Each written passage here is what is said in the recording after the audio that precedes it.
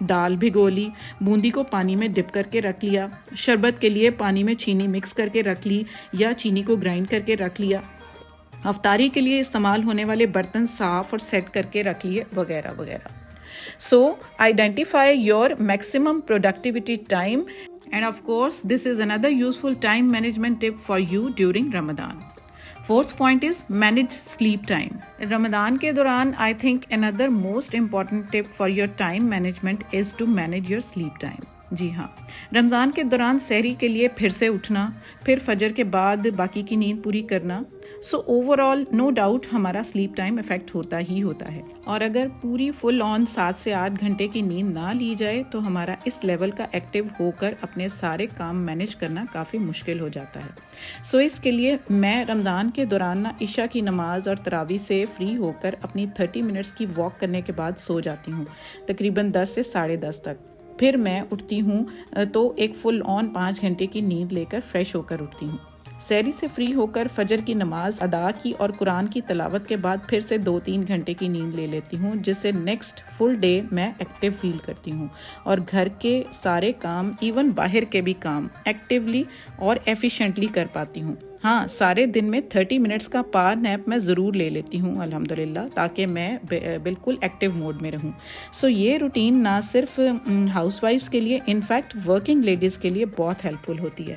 So try کریں کہ رمضان میں اپنی انرجی کو ریسٹور کرنے کے لیے proper in time sleep plus power naps as equally as important ہوتے ہیں، ان کو ضرور اپنی روٹین کا حصہ بنائیں. Fifth point is set practical realistic goals. Ramzan آنے سے پہلے ہی پلاننگ ہو جاتی ہے کہ ہم اس رمضان زیادہ سے زیادہ عبادات پر فوکس کریں گے، 4 سے 5 قرآن پاک ختم کر لیں گے، تراویح، صلاۃ و تسبیح، جمعہ کی باجماعت نماز، دورہ قرآن، تسبیحات اور وظیفے وغیرہ جتنا زیادہ سے زیادہ ہوں گے ہم اپنی روٹین میں شامل کریں گے. نو ڈاؤٹ رمضان کا اصل مقصد بھی یہی ہے. اصل مقصد یہی ہے کہ ہم اپنے رب اور سے زیادہ قریب ہو جائیں. بٹ ڈسپائٹ آل دیٹ، ایک بات جو ضروری ہے نا، وہ اس بات پر فوکس رکھنے کی بجائے کہ قرآن پاک کتنے ختم کر لیے، اس بات پر ہم فوکس کر لیں کہ قرآن پاک کو کتنے اچھے سے اور سمجھ کر، اس کے ترجمے اور اصل مقصد کو جان کر ہم اگر اس کی تلاوت کر لیں، ٹھہر اور سمجھ کر پڑھیں تو زیادہ بہتر ہوگا، ہے نا؟ تاکہ جلدی پڑھ کر کتنے قرآن ختم کر لیے اس دوڑ میں حصہ لینے کی بجائے اس کے اصل مقصد کو حاصل کرنے کی کوشش کی جائے. مزید تراویح اور صلاۃ و تسبیح اور وظائف کی تعداد کی بجائے اپنے کنسسٹنٹ اور فوکسڈ ہونے کی طرف دھیان دیا جائے تو زیادہ اللہ تعالیٰ کے ہاں قبول اور مقبول ہوگا، ہے نا؟ So keep realistic goals to achieve real purpose of Ramzan. So sixth and next point is avoid energy consuming activities.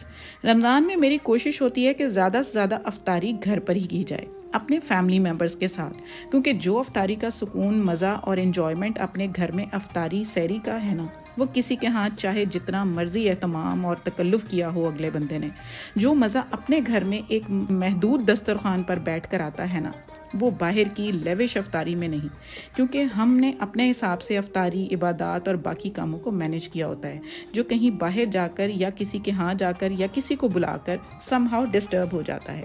Similarly اپنے گھر میں زیادہ افطاری کی دعوت میں خود کو ڈرین اور ہلکان کرنے کی بجائے میں کوشش کرتی ہوں کہ افطاری بنا کر دوسروں کے گھروں میں بھیج دوں، کیونکہ اس کے لیے کسی خاص اہتمام کی تو ضرورت ہوتی نہیں، روٹین کی افطاری تو بننی ہی ہوتی ہے، تو تھوڑی سی زیادہ بن جائے گی تو انرجی ڈرین نہیں ہوگی.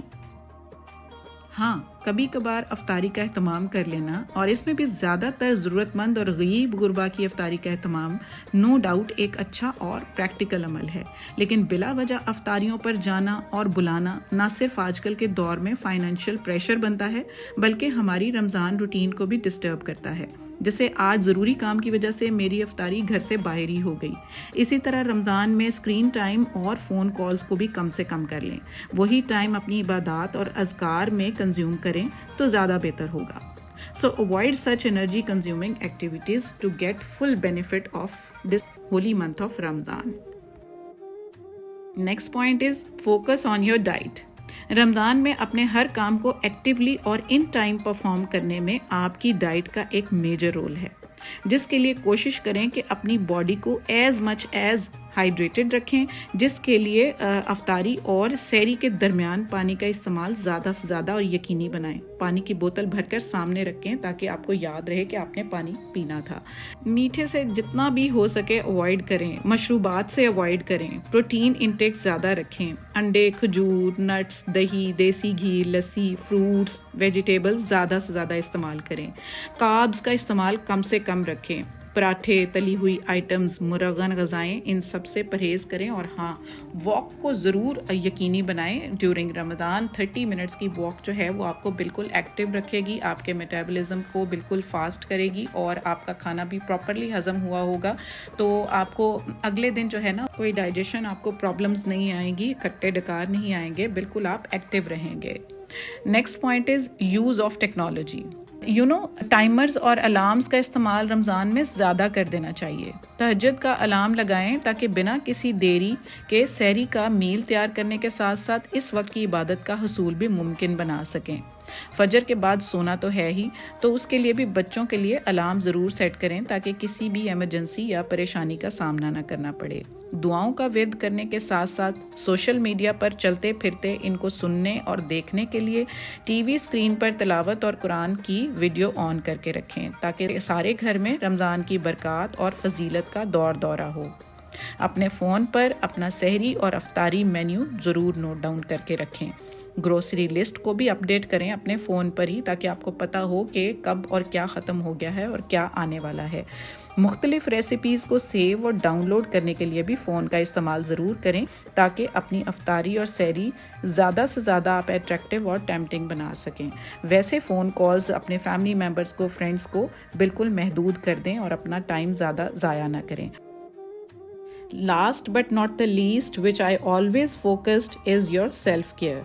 رمضان کے دوران نہ صرف اپنی فزیکل، انفیکٹ اپنی مینٹل سیلف کیئر پر ضرور دھیان دیں۔ کسی کی غیبت، برائی، چغلی، لڑائی، گالی گلوچ، فون پر ادھر ادھر کی باتیں، ادھر کی بات ادھر، ادھر کی بات ادھر، دوسروں کی زندگیوں میں جھانکنا، یہ سب چھوڑ کر اپنے رمضان کے اصل مقصد کی طرف پوری توجہ دیں۔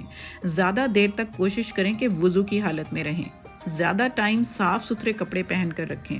خوشبو کا استعمال، اپنی سکن کیئر، اپنے سپلیمنٹس کا استعمال یقینی بنائیں۔ ہر جمعہ کی نماز کا اہتمام کریں۔ کوشش کریں نیا نہیں تو صاف ستھرا جوڑا پہنیں جمعہ کی نماز ادا کرنے کے لیے۔ خود کو اوور برڈن نہ کریں۔ گھر کی کلیننگ اور صفائی کو زیادہ پرائیورٹی نہ دیں۔ کچھ چیزیں رہ بھی جائیں تو چلے گا، لیکن اس مہینے کے اصل مقصد کو حاصل کرنے کے لیے ان 9 پوائنٹس پر عمل کر کے اپنے ٹائم کو زیادہ سے زیادہ یوزفل اور پروڈکٹیو بنائیں تاکہ دنیا اور آخرت میں اللہ کے ہاں بہترین طریقے سے سرخرو ہو سکیں۔